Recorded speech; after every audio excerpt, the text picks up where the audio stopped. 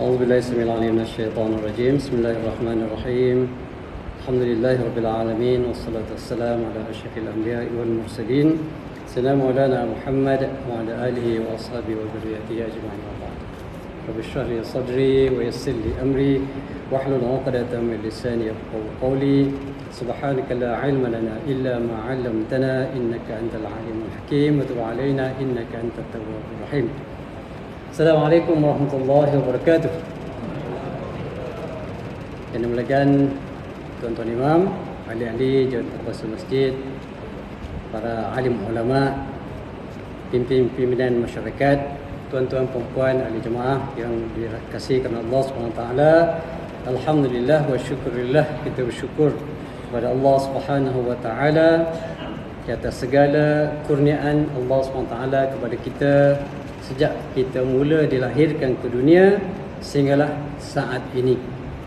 Dan nikmat yang selalu kita ulang, tuan-tuan, sahabat-sahabat semua, yang paling besar nikmat Allah Ta'ala kepada manusia tidak lain dan tidak bukan adalah nikmat iman. Ya, nikmat iman adalah nikmat yang paling besar. Kenapa nikmat iman paling besar? Kerana nikmat inilah satu-satunya nikmat, ya, yang boleh menyelamatkan kita daripada azab Allah Subhanahu Wa Ta'ala di hari akhirat. Harta banyak boleh selamatkan kita akhirat? Belum tentu. Okey. Anak ramai, isteri ramai boleh selamatkan kita di akhirat? Belum tentu. Kedudukan, pangkat, darjat, baru-baru ni dah terdapat Perdana Menteri baru, ya, menteri-menteri baru. Adakah ini semua boleh menjamin Allah Ta'ala selamatkan mereka itu semua daripada azab Allah Ta'ala? Belum tentu.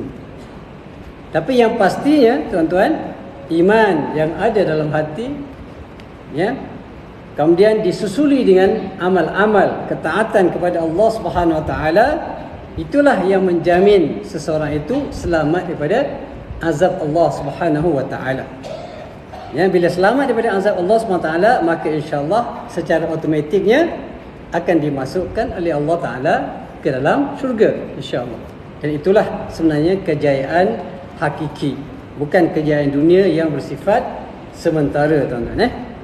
Baik, alhamdulillah kita menyambung insya-Allah pada hari ini buku kita, kajian kita ataupun perbincangan kita, ya, daripada buku Mudzakirat fi Maqasid Asy-Syariah. Ini kitab dia. Seperti mana yang saya pernah maklumkan kepada tuan-tuan, kitab ini sebenarnya diajar di Fakulti Syariah dan Undang-Undang dekat USIM. Tuan-tuan kira-kira bertuah jugalah, ya, sebab walaupun tak masuk universiti, tak masuk USIM, masih lagi boleh belajar apa yang dia ajar kepada pelajar dekat USIM, dekat Fakulti Syariah. Anggaplah kita hari ini pelajar-pelajar Fakulti Syariah dan Undang-Undang USIM. Walaupun tak keseluruhannya, tapi sebahagiannya kita boleh belajar apa yang dibelajar oleh pelajar-pelajar di Fakulti Syariah dan Undang-Undang, walaupun kita mungkin tak berpeluang nak masuk Fakulti Syariah, kan, mungkin fakulti-fakulti lain lah. Tapi Fakulti Syariah mungkin kita tak ada peluang. Hari ini Allah Ta'ala bagi peluang kepada kita untuk menyambung kajian kita daripada maqasid asy-syariah. Baik, tuan-tuan, mati Allah SWT, seperti mana biasa bila kita cerita pasal maqasid syariah ni, kita akan buat sedikit murajaah. Baik, apakah yang dimaksudkan dengan maqasid asy-syariah? Maqasid syariah secara umumnya yang selalu kita ulang setiap kali kita jumpa dalam pengajian kita maqasid syariah ni, yang kita ulang-ulang ialah apakah yang dimaksudkan dengan maqasid asy-syariah. Jadi maqasid syariah secara umumnya adalah maksud, tujuan, matlamat, ya, ataupun objektif ataupun rahsia-rahsia yang terselindung di sebalik pensyariatan hukum hakam, ya. Sama ada hukum hakam itu berbentuk haram ataupun wajib, apa saja hukum, makruh, harus dan sebagainya, maka sebenarnya dia ada maqasid, tujuan-tujuan ataupun matlamat tertentu ataupun maslahah tertentu, kebaikan-kebaikan tertentu. Baik, setiap kali saya datang jumpa tuan-tuan dekat sini, saya akan bawa satu contoh, Okey, satu contoh untuk memudahkan kita faham tentang maqasid syariah ini. Kali ini kita nak bawa satu contoh hukum syarak, ya, yang berkaitan dengan apa yang berlaku di sekitar kita, yang berlaku dalam negara kita. Okey. Ini bukan nak cerita politik tuan-tuan, sebab saya bukan ahli politik tuan-tuan. Tapi mau tak mau dia ada kaitan sedikit sebanyak, secara langsung dan juga secara tak langsung. Baik. Apa yang ingin saya bincangkan hari ini tuan-tuan, salah satu contoh yang kita nak tengok dari sudut maqasid syariahnya ialah hukum ketaatan. Hukum mentaati mereka yang mempunyai kedudukan yang lebih tinggi daripada kita. Apa hukumnya tuan-tuan? Hukum semua orang tahu bahawa mentaati seseorang yang lebih tinggi kedudukannya daripada kita adalah wajib, ya? Bukan sunat, bukan harus, bukan makruh, bukan haram, wajib. Baik. Setiap orang daripada kita ni tuan-tuan, ada orang yang kedudukannya lebih tinggi daripada kita. Contoh, kalau kita seorang anak, siapa yang kedudukan lebih tinggi daripada kita dalam keluarga? Mak, ayah kita, betul? Maka mak ayah kita adalah orang yang mempunyai kedudukan yang lebih tinggi daripada kita. Maka siapa yang wajib taat? Mak ayah wajib taat kepada anak ke? Anak yang wajib mentaati mak ayah? Anaklah yang wajib mentaati mak ayah, sebab kedudukan mak ayah adalah lebih tinggi daripada anak. Bukan ayah pula taat kepada anak. Salah tu tuan-tuan. Kalau mak ayah mengikut kata anak-anak, kalau perkara yang baik, itu bukan nama ketaatan. Itu adalah satu bentuk macam musyawarah lah. Pandangan kita ambil walaupun kita ada kuasa sebagai mak ayah, tapi bila anak kita yang mungkin lebih ada ilmu daripada kita, mungkin bagi pandangan kita ikut, bukan itu ketaatan tuan-tuan. Itu tak nama taat. Taat mestilah berlaku daripada orang yang rendah kedudukannya kepada orang yang lebih tinggi. Tapi kita menggunakan konsep musyawarah, perbincangan dalam family, dalam keluarga. Kalau anak kita yang belajar tinggi-tinggi, masuk universiti dan sebagainya, bagi pandangan, maka kita menerima pandangan tersebut atas apa dia? Atas konsep musyawarah. Mana kita berbincang, anak nak bagi pandangan yang betul, kita terima. Okey, baik. Kemudian kalau di antara suami isteri, siapa kedudukan lebih tinggi tuan-tuan? Isteri kan? Betul Isteri ke suami? Biasa isteri sebab ramai tak tahulah kat sini, tapi kan banyak tempat isteri lebih tinggi kedudukannya. Apa saja isteri nak, suami mesti ikut. Seakan-akan yang isteri, si isteri itu kedudukannya lebih tinggi daripada suami, tapi sepatutnya bukan. Sepatutnya kedudukan yang lebih tinggi adalah suami. Kalau isteri kedudukan lebih tinggi pada isteri itu lain macam lah sikit. Itu orang kata tak berapa normal. Dia sepatutnya kedudukan antara isteri dan suami, suamilah yang kedudukannya lebih tinggi daripada isteri. Sebab apa?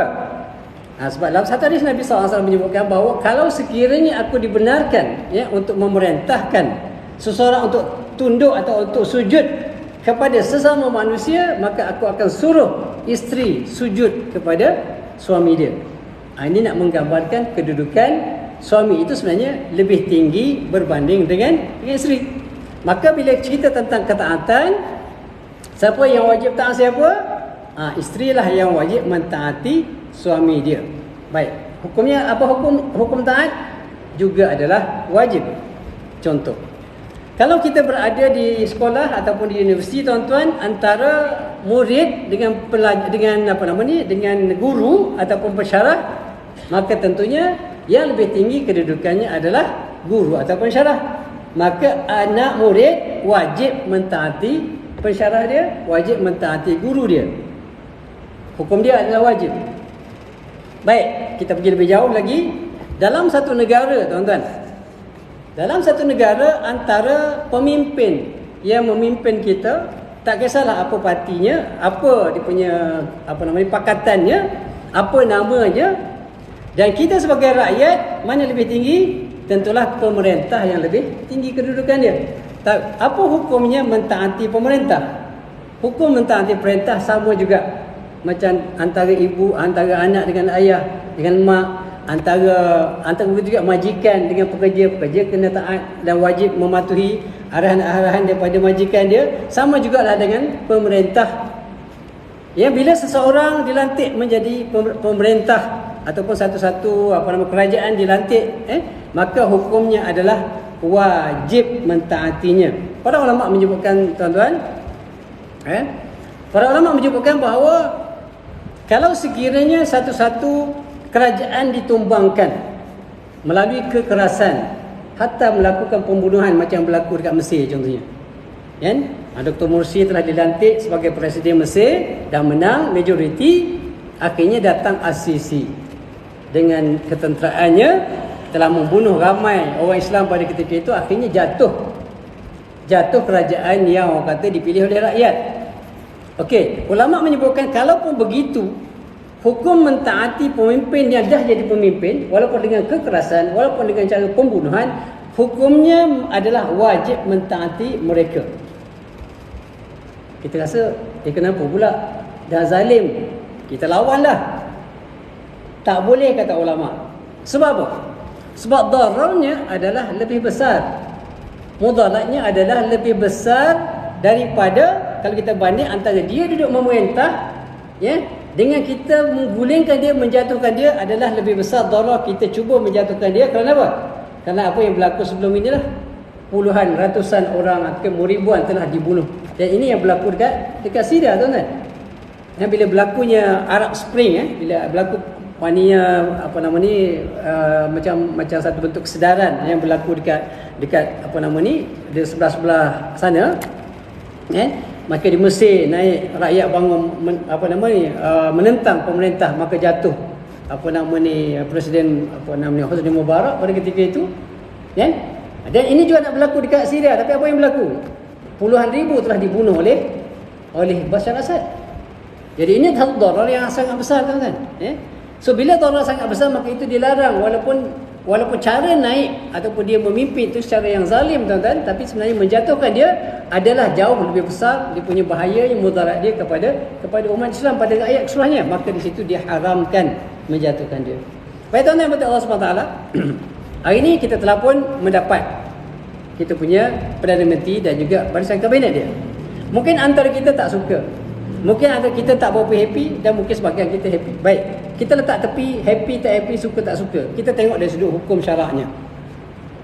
Dari hukum syaraknya mengatakan, kalau kita tengok ayat Quran, jelas menyebutkan, tuan-tuan, ya ayyuhallazina amanu atiiullaha wa atiiur rasul wa ulil amri minkum. Jelas ayat tu, tuan-tuan. Ayat ini tak ditujukan kepada siapa-siapa, kepada parti mana, kumpulan mana, mana pakatan mana, tak ada. Ayat ini adalah jelas untuk orang yang beriman. Baik, persoalannya adalah kita orang beriman.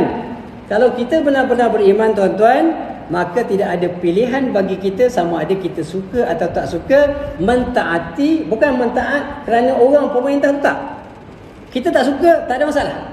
Kita benci dia, tak ada masalah. Okay? Tapi yang penting kita taat dan patuh kepada mereka adalah kerana itu adalah arahan daripada Allah Subhanahu Wa Taala. Wahai orang-orang yang beriman, hendaklah kamu taat pada Allah, wajib taat pada Allah, wajib taat pada Rasul, dan wajib taat kepada orang yang memegang pemerintahan daripada kalangan kamu. Maka hukum jelas, tuan-tuan. Hukumnya adalah jelas. Baik. Kalau kita tengok pula satu hadis Nabi SAW yang juga jelas menerangkan kepada kita ketaatan. Wajib kita melakukan ketaatan kepada orang yang kedudukannya lebih tinggi. Kerana kedudukan mereka lebih tinggi itu bukan pilihan mereka pun. Memang ada usaha. Tapi hakikatnya ia adalah ketetapan daripada Allah Subhanahu Wa Taala. Okay? Dalam hadis Nabi SAW menyebutkan bahawa kalau sekiranya manusia dan jin berkumpul untuk apa dia? Ayyafa'uka la yanfa'uka illa ma katabahu Allah lak. Kalau sekiranya manusia ini berkumpul, manusia dan jin berkumpul untuk memberikan kemanfaatan kepada kamu. Ini pesan Nabi kepada salah seorang sahabat. La yanfa'uka illa ma katabahu Allah lak. Tak akan mungkin mereka itu boleh memberikan manfaat kepada kamu kecuali masa bila? Kecuali apa yang telah pun tertulis untuk kamu. Maksudnya apa dia, tuan-tuan? Maksudnya kalau ada sesuatu kebaikan nak datang kepada kita, ada orang cuba halang, orang tak boleh halang tuan-tuan. Kebaikan itu tetap sampai kepada kita, sebab itulah yang ditulis oleh Allah Subhanahu wa taala. Sama juga kalau sekiranya law ijtama'na al-jinn wal insa ala an yadurruka la yadurruka illa ma katabahu Allah. Atau kama qala sallallahu alaihi wasallam. Begitu juga kalau sekiranya ada sesuatu keburukan yang nak menimpa kita tuan-tuan. Okey? Ataupun ada orang nak memberi mudarat pada kita, tak mungkin boleh mudarat itu sampai kepada kita kecuali ianya telah ditetapkan oleh Allah Subhanahu wa taala. Kalau Taala kata mesti jatuh, contohnya jatuh, mesti naiklah, itu adalah ketetapan daripada Allah Subhanahu wa taala, dan tak ada siapa, jin manusia tak boleh mengangkat seseorang kecuali dengan izin Allah. Tak boleh sesiapa pun manusia dan jin menjatuhkan seseorang kecuali dengan izin Allah Subhanahu wa taala. Jadi taat itu adalah satu perkara yang wajib. Baik, itu secara hukumnya tuan-tuan. Hukumnya jelas disebutkan dalam Al-Quran dan juga dalam hadis. Baik, tidak ada keraguan. Ini adalah bil ittifaq. Tidak ada keraguan, ya. Dalam hadis Nabi SAW menyebutkan kepada dia tuan-tuan, as-sam'u wa ta'atu haqqun ay wajibun 'alal mar'il muslim fima ahabba aw kariha ma lam yu'mar bi ma'siyah. Fa idza umira bi ma'siyatin fala sama' alaihi wala ta'a atau kama qala sallallahu alaihi wasallam. Apa maksud dia tuan-tuan? As-sam'u, dengar, mendengar perintah. Wa ta'atu, dan taat, bukan setakat dengar, dan taat. Haqqun, maksudnya wajibun, wajib ke atas setiap orang yang muslim. Alal mar'il muslim, setiap orang, setiap individu, setiap orang kita, saya ke tuan-tuan semua sekali, mendengar taat adalah satu perkara yang wajib. Tapi taat macam mana? Kembali kepada apa yang kita sebutkan tadi. Ketaatan itu berlaku dari orang yang kedudukan di bawah kepada orang yang lebih tinggi kedudukannya. Seperti mana contoh yang kita sebutkan tadi. Malam fima ahabba au kariha, di atas perkara-perkara atau urusan-urusan yang ahabba, yang disuka, au kariha, ataupun dia tak suka. Banyak arahan yang kita terima kita tak suka. Banyak benda yang diperintahkan kadang-kadang kita tak suka. Okey? Tetapi sebagai orang yang berada di bawah, kadang-kadang dekat pejabat, kadang-kadang bos kita bagi kerja macam-macam. Suka tak? Tak suka tuan-tuan. Kita suka duduk ikut kerja suka kita.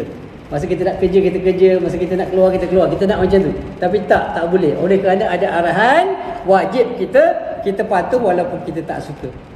Malam, dengan syarat. Dengan syarat. Ketaatan ini bukan ketaatan orang kata maknanya membuta tuli. Pakai langgar, taat. Asal ada perintah daripada orang atas, ikut taat. Tak boleh tuan-tuan. Ada dia punya guideline dia. Ada asas dia. Ya, ada syarat-syarat dia. Bukan taat orang kata tanpa fikir. Taat tak kisahlah. Asal ada perintah daripada orang atas, ikut je. Salah tak salah, langgar je, tak ada masalah. Sebab ini arahan, tak boleh tuan-tuan. Ma lam yu'mar bi ma'siyah. Ini dia punya asas ketaatan itu, selagi mana lam yu'mar bi ma'siyah, tidak diperintahkan kita melakukan kemaksiatan kepada Allah Subhanahu wa taala. Fa idza umira bi ma'siyatin fala sam'a alaihi wala ta'a. Kalau sekiranya seseorang itu diarahkan, diperintahkan, disuruh untuk melakukan sesuatu yang membawa kemaksiatan kepada Allah Subhanahu wa taala, fala sam'a alaihi, maka tak boleh, haram kamu mendengar arahan dia, wala ta'an, dan kamu juga diharamkan untuk mentaati dia. Tak boleh. Ya. Ayah suruh anak buka aurat, contoh. Ya. Berlaku tak? Kadang-kadang berlaku tuan-tuan. Contoh macam ni lah, saya buat contoh yang mudah. Ada orang datang membina anak kita, orang kaya, bawa Lamborghini tuan-tuan. Dan orang tu pula, orang kaya ni pula, contohnya, ya, dia offer kita, pakcik, kalau terima saya sebagai menantu pakcik, saya bagi allowance pakcik tetap 10,000 sebulan. Tapi akhlaknya tak payah salah, yang penting kaya, kita kata. Okay, dia buat syarat, apa syarat? Saya nak anak pakcik sekarang bertudung kan? Saya tak nak pakcik bagi anak bertudung. Kita pun arahkan anak kita, Mina, kamu akan kahwin dengan si fulan-fulan Dan mulai hari ini kamu wajib buka tudung. Tak dengar cakap ayah, kamu anak derhaka. Contoh tuan-tuan. Baik. Dalam kes ini tuan-tuan, haram bagi anak itu mentaati ayahnya. Dan dia tidak dianggap sebagai anak yang derhaka. Kenapa? La ta'ata li makhluqin fi ma'siyatil khaliq. Tidak mungkin, dah haram seseorang itu mentaati manusia untuk melakukan sesuatu yang boleh membawa kemaksiatan kepada Al-Khaliq dia, iaitu Tuhan yang mencipta dia. Tak boleh tuan-tuan. Guru arahkan anak murid dia supaya buat satu benda yang bercanggah dengan hukum syarak. Contoh. Begitu juga para pemimpin. Kalau pemimpin perintahkan atau buat satu benda yang bercanggah dengan hukum syarak, maka haram kita mengikuti dia. Bahkan wajib kita bangun, gunakan jalan-jalan yang dibenarkan oleh hukum syarak dan undang-undang untuk turunkan dia. Dia tak layak jadi pemerintah kerana dia melakukan kemaksiatan kepada Allah SWT. So asas dia jelas tuan-tuan. Selagi mana pemerintah tidak menyuruh kita, memerintahkan kita suruh buat benda-benda haram, wajib taat. Tapi kalau dia tak buat benda yang, kalau dia suruh kita yang baik, maka kita taat, kita ikut walaupun kita tak suka. Hadis jelas menunjukkan begitu. Tapi kalau dia buat satu benda yang salah, maka kita wajib menegurnya. Ini kewajipan setiap individu. Mar'a minkum munkaran. Siapa yang melihat kemungkaran daripada mana? Kemungkaran dalam keluarga, kemungkaran dekat sekolah, dekat tempat kerja, kemungkaran dekat tepi jalan, kalau kita boleh, kita mampu untuk cegah. Kalau kemungkaran itu berlaku dalam kerajaan, wajib kita tegah tuan-tuan, mengikut cara dan kaedah yang dibenarkan oleh hukum syarak dan juga undang-undang. Kalau buat kemaksiatan. Tapi kalau tak buat maksiat, buat benda baik, wajib kita taat kepada Allah Ta'ala. Baik, kita dah jelas tuan-tuan. Panjang mukadimah dia ini tuan-tuan. Minta maaf lah, mukadimah ni panjang sikit. Belum masuk tajuk ini, tapi dia masih lagi ada kaitan dengan tajuk kita, maqasid syariat. Baik, sekarang kita nak tengok apa maqasidnya. Taat jelas wajib selagi mana tidak terlibat benda yang maksiat. Baik, sekarang ni apa maqasid dia? Apa faedahnya daripada ketaatan ini? Apa dia punya rahsianya? Apa dia objektif nak dicapai daripada ketaatan ini? Baik, untuk tengok maksud dia, kita tengok dari beberapa sudut. Sudut yang pertama, kita tengok kebaikan dia. Apa baiknya taat ni tuan-tuan? Tapi syarat lagi, taat kepada benda yang tidak maksiat.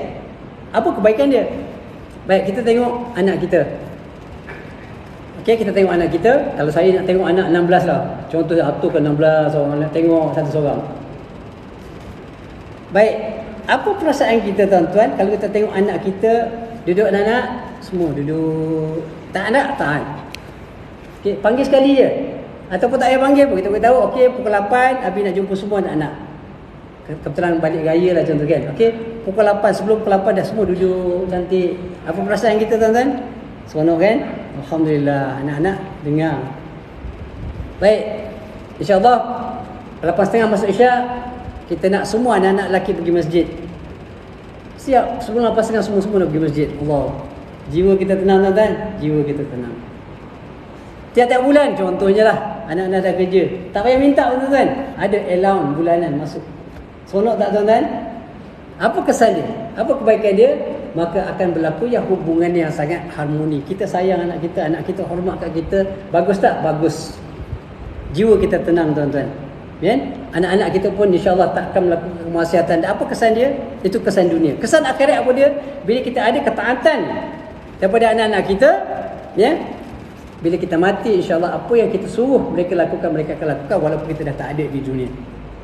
Kita arahkan anak kita daripada mula, daripada kecil kita didik dia supaya dia solat, dia buat benda-benda yang baik, dia tak melakukan kemaksiatan. Ada manfaat pada kita, manfaat yang sangat besar bila kita mati. Itulah yang saya pesan pada anak-anak saya tuan-tuan.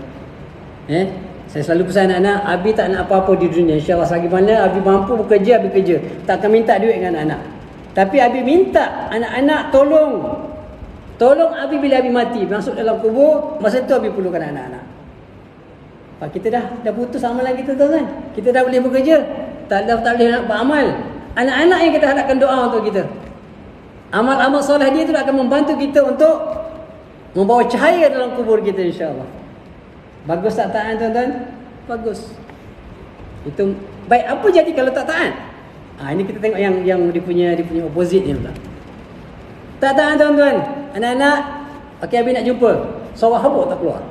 Masing-masing dalam bilik sibuk dengan TikTok lah, macam-macam tu. Tak dengar. Cepat keluar habis nak jumpa sekarang. Tak keluar tuan-tuan. Sakit hati tuan-tuan. Sakit hati. So bila sakit hati apa kesan dia? Kesan dia sangat buruk. Kan? Anak kita tengok, kita rasa tak happy, kita stres, kita memang risau tuan-tuan. Bayangkan kalau anak tak dengar cakap kita. Kalau dia tiba-tiba keluar tak dengar cakap, Allahu Akbar. Sakit yang kita dah bela anak kita daripada kecil, bagi makan, bagi minum, jaga semua, tiba-tiba tak dengar cakap kita tuan. Sakit hati tuan-tuan. Sakit. Sebab itulah dosa yang sangat besar di sini Allah Subhanahu Wa Taala. Contohlah, itu sebagai contohlah. Jadi kita nampak tak dia punya maqasid dia? Maqasid sangat hebat. Sama juga kalau kita kaitkan dengan pemerintahan. Kalau kita taat pada pemerintah yang baik, syarat dia yang baik, maka apa berlaku? Kerajaan boleh buat banyak projek-projek yang boleh akan membawa kepada kebaikan pada rakyat. Siapa yang manfaat? Kita yang manfaat. Tapi kalau kita asyik hentam, contohnya yang buat yang baik hentam juga, apa kesan dia? Payah kerja nak buat kerja. So siapa yang keburukan dapat? Kita juga dapat. Sebab bila kita terlalu banyak politik tuan-tuan, kerajaan dia tak boleh buat kerja. Contohnya, yang kerja dia apa dia? Kerja dia nak defend lah, nak jawab. Akhirnya kerja tak jadi. Siapa rugi tuan-tuan? Kita juga rugi. Jadi sebab tu ketaatan ni sangat penting, dan sebab itulah kalau kita tengok dari sudut maqasidnya, mana kita fahamlah bahawa hukum yang jelas demikian, tetapi maqasid kebaikan dia kita tengok juga di situ bahawa dia sangat bagus. Dan kalau meninggal ketaatan itu, bahkan meninggal ketaatan tuan-tuan, kalau satu peringkat yang lebih tinggi, lebih dahsyat, dia boleh membawa peperangan. Ini yang berlaku di zaman Abu Bakar radhiyallahu anhu, bila ada rakyat daripada umat Islam yang enggan menunaikan zakat, maka apa berlaku tuan-tuan? Apa berlaku? Berlaku peperangan. Abu Bakar memerangi mereka untuk mereka kembali taat kepada pemerintah. Boleh sampai perang tuan-tuan. Punyalah buruknya kalau tidak berlakunya ketaatan kepada pemerintah. Jadi itu yang ingin saya sampaikan tuan-tuan sebagai contoh. Contoh yang agak panjang lagi ni, sebagai mukadimahnya, untuk kita lebih faham konsep ketaatan itu. Dan saya jelaskan sekali lagi bahawa ketaatan itu bukan ketaatan tanpa batas. Ketaatan dia bersyarat. Okey, baik tuan-tuan dan Allah SWT. Kita kembali kepada pengajian kita, maqasid syariah yang kita telah pun jelaskan sebelum ini. Ada yang di peringkat awal kedudukan yang paling tinggi maqasid syariah itu ialah ad-daruriyat al-khamsah. Ada 5 perkara asas. Yang pertama kita dah jelaskan, iaitu yang pertama ialah hifzuddin, menjaga agama. Itu nombor 1. Lepas agama dah dijaga, undang-undang dah ada, orang Islam dah taat pada perintah Allah Taala, lakukan segala apa yang diperintahkan oleh Allah Subhanahu Taala. Kemudian datang lagi dia punya maqasid yang kedua, iaitu menjaga apa dia? Menjaga nyawa. Apa saja yang boleh memudaratkan kepada nyawa manusia, boleh menyebabkan kematian, maka semuanya haram. Tidak boleh dilakukan. Dan ada undang-undang khusus yang menjaga nyawa manusia, iaitu apa dia? Iaitu ada hukuman qisas bagi mereka yang membunuh. Tujuannya apa dia? Tujuannya adalah untuk supaya manusia tidak berbunuhan di antara satu sama lain. Maka diharamkan pembunuhan melalui di atas asas hifzun an-nafs. Baik. Kemudian lepas nyawa manusia dah dilindungi, agama telah dilindungi, maka satu lagi perkara yang sangat penting di tempat yang ketiga ialah hifzul akal. Agama dah terjaga, nyawa pun terjaga, boleh hidup dengan baik, akal kena jaga. Kalau hidup tanpa akal tuan-tuan, boleh minum arak, boleh ambil dadah dengan bebas tanpa ada undang-undang yang melarangnya, maka kucahaya hidupkan itu. Kucahaya. Faham tuan-tuan kucahaya ni? Kelang kabutlah kehidupan kita. Dua Kelantan kata kucahaya. Kelang kabutlah kehidupan kita. Kenapa? Tak mungkin saya duduk macam ni tuan-tuan kalau arak contohnya, dadah itu harus. Sebelum datang minum dulu. Sebab harus. Contohnya lah. Ini berlaku sama-sama Nabi. Jadi imam kuliah ayyuhal kafirun. Patutnya kita telah a'budu ma ta'budu. Dia kata a'budu ma ta'budu. Terbalik tuan-tuan. Sebab apa? Sebab masa tu arak belum haram. Minum-minum arak, mabuk-mabuk pergi jadi imam. Kalau dia tidak diharamkan tuan-tuan, maka itu boleh berlaku sampai. Tuan-tuan tak boleh duduk macam ni. Tak boleh duduk macam ni. Kalau arak diharuskan, boleh minum tuan-tuan. Dadah boleh ambil. Sebab itulah Islam ini menjaga akal itu sangat penting. Baik, selepas menjaga akal, okey, yang seterusnya ialah perkara yang perlu dijaga adalah hifzu an-nasab. Menjaga keturunan. Baik, menjaga keturunan ini juga sangat penting tuan-tuan. Sebab kita tak nak, kita tak nak anak-anak yang dilahirkan itu anak-anak yang tidak ada orang yang menjaganya. Biasanya orang yang tak dijaga anaknya, anak yang tak terjaga, anak terbiar ni, anak-anak jalanan ni biasanya yang tidak ada perkahwinan, yang anak-anak luar nikah, tuan-tuan. Kebanyakan anak yang terbiar, anak luar nikah. Tuan-tuan tahu, berdasarkan pada satu artikel yang saya baca petang tadi, tuan-tuan, berdasarkan kepada statistik yang dikeluarkan oleh JPN, Jabatan Pendaftaran Negara, setahun, tuan-tuan, setahun anak luar nikah berapa ribu, tuan-tuan? Antara 51 hingga 60 ribu kes anak luar nikah, tuan-tuan, setahun. Ramai, tuan-tuan.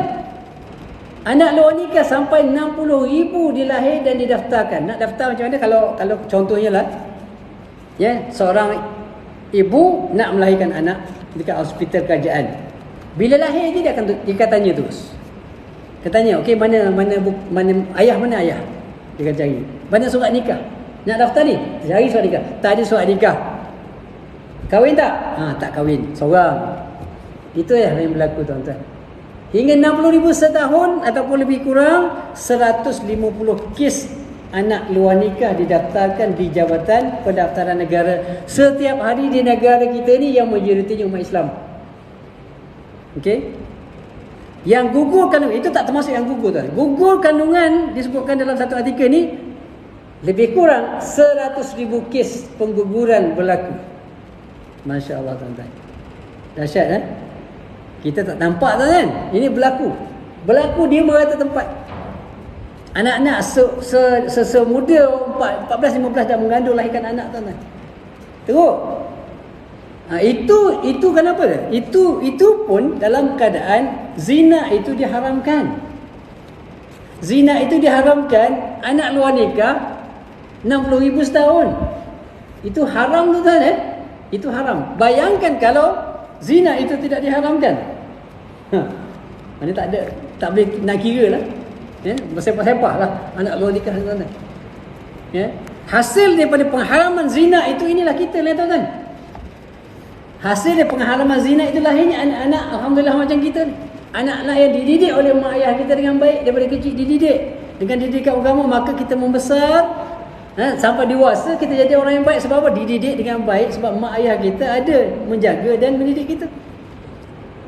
Tapi kalau mak ayah tak ada, mak adalah yang melahirkan, tapi mak pun dah bukan anak dia, bukan anak yang sah, dia tak kisah kau nak pergi-pergilah. Nak pergi mana pun, kan? Tak payah balik pun tak apa, menyusahkan. Sebab dia tak ada hubungan, kasih sayang tidak sama, tuan-tuan. Dan kasih sayang yang terbina daripada perkahwinan yang sah tidak sama dengan kasih sayang daripada ibu yang melahirkan seorang anak yang berlaku kelahiran itu di luar nikah. Sebab kelahiran itu bukan diminta. Dan mereka, saya percaya, yang melahirkan anak luar nikah ni bukan nak lahirkan anak, tuan-tuan. Dia nak seronok je. Dia nak berzina, nak seronok, tapi accident, terberanak, tuan-tuan. Dia terberanak, ni kes terberanak ni. Orang berzina biasanya tak nak anak, tuan-tuan. Itu yang terberanak tu kita kira tu. Subhanallah.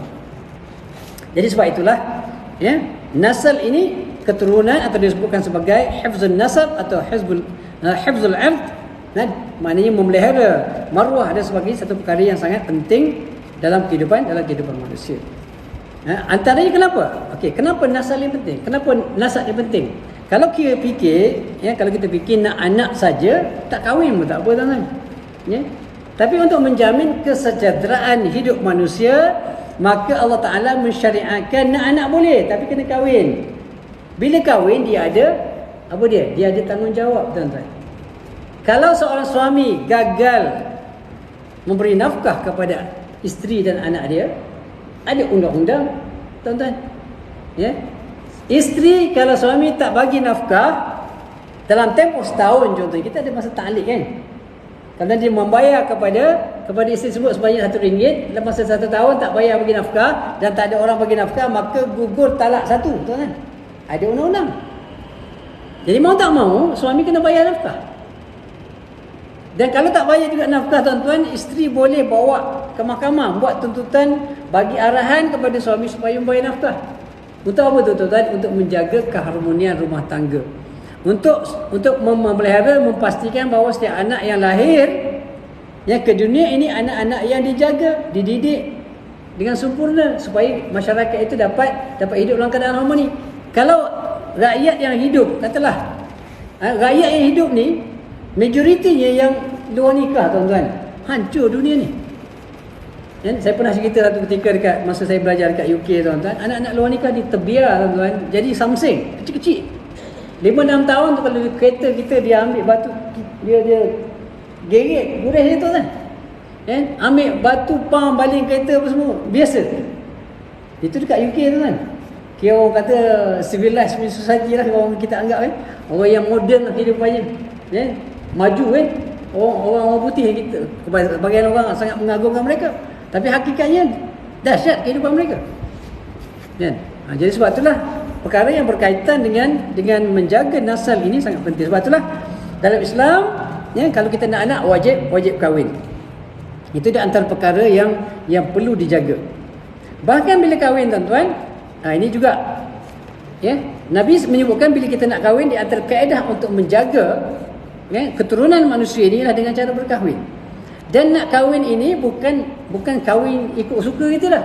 Tak, kita ada dia punya prinsip-prinsip tertentu, ada guideline yang tertentu yang Nabi SAW gariskan kepada kita. Antaranya apa dia tuan-tuan? Antaranya Nabi SAW menyebutkan tazawwajul wadudul wadud. Tazawwajul wadudul wadud.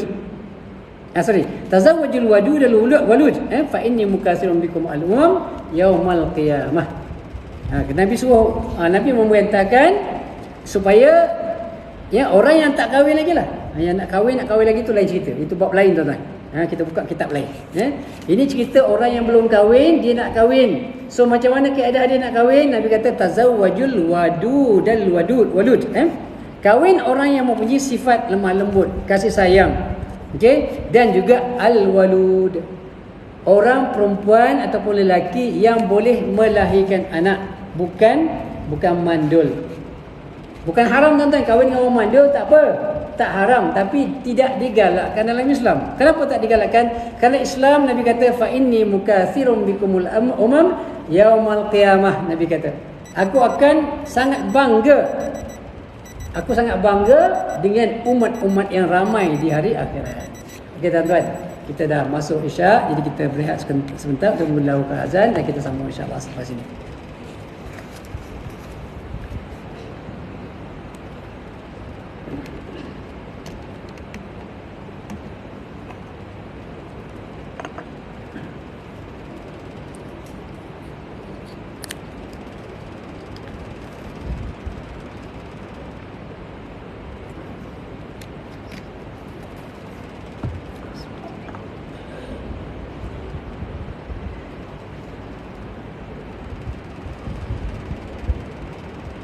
Allahu Akbar, Allahu Akbar.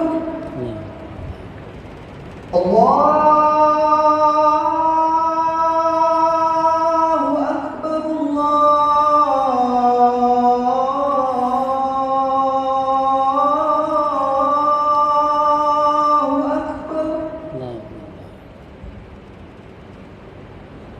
Asyhadu an la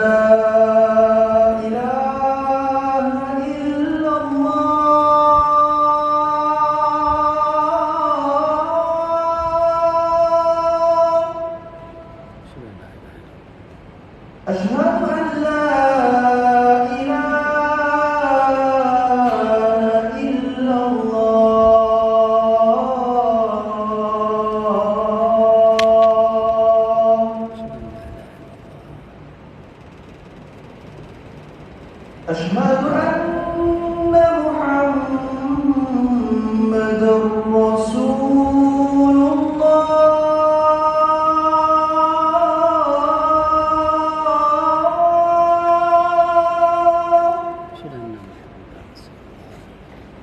Asyhadu anna Muhammadar Rasulullah.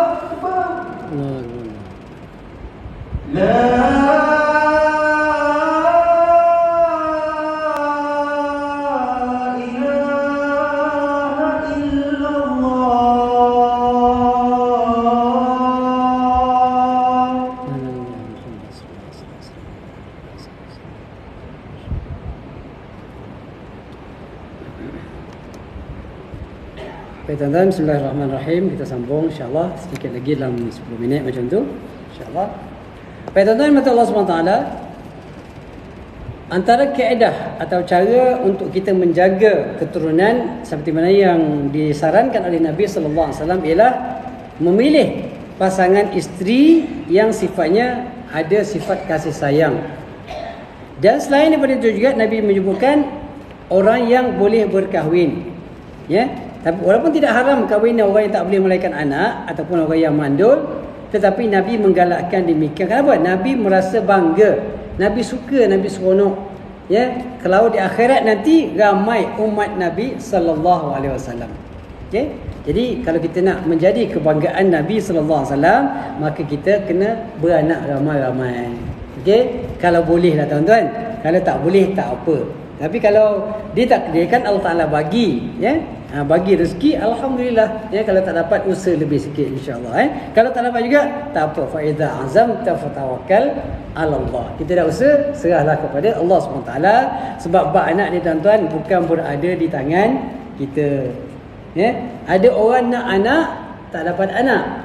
Ada orang yang rasa tak nak anak lagi, lepas dah beranak, lepas beranak kan. Ada macam tu. Jadi semua itu ada kerja Allah Subhanahu Wa Taala. Baik, kemudian Nabi SAW juga menyebutkan bahawa ni seruan Nabi kepada golongan muda. Kita kat sini semua muda-muda kan. Nabi kata apa? Ya ma'asyaral syabab, wahai golongan pemuda, man istata'a minkumul ba'ah falyatazawwaj. Barang siapa yang ada kemampuan, ya, dari sudut hartanya, fizikalnya, ya, contoh, maka hendaklah kamu berkahwin. Kenapa kahwin? Antaranya ialah fa innahu aghaddu lil basar, kerana dengan berkahwin itu boleh menjadikan kamu ada kekuatan untuk menutup mata kamu. Dan juga wa ahsanul farj, dan kamu juga boleh mampu untuk mengelakkan daripada berlakunya zina. Sepatutnya macam tu. Sepatutnya macam itu. Sebab apa tuan-tuan? Kalau orang yang berfikir secara waras lah, ya, apa saja yang dilihat di luar, ya, perempuan-perempuan walau cantik mana mereka di luar, okey, mereka adalah perempuan yang sama, mungkin rupa lain, saiz lain lah, tapi secara umumnya adalah sama sifatnya dengan perempuan kita yang dekat rumah, isteri kita dekat rumah. So kalau dah ada isteri kat rumah, kenapa nak sibuk-sibuk cari isteri kat luar? Itu istilahnya macam tu. Dan sebab itulah kalau tengok hukum syarak tuan-tuan, ya, orang yang melakukan zina, kalau sekiranya dia belum berkahwin, hukuman dia lebih ringan berbanding dengan orang kahwin. Yang dah kahwin ada isteri, ada anak. Contohnya.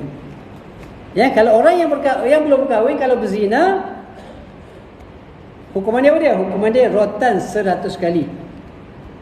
Fajlidu kulla wahidin minhuma mi'ata jaldah.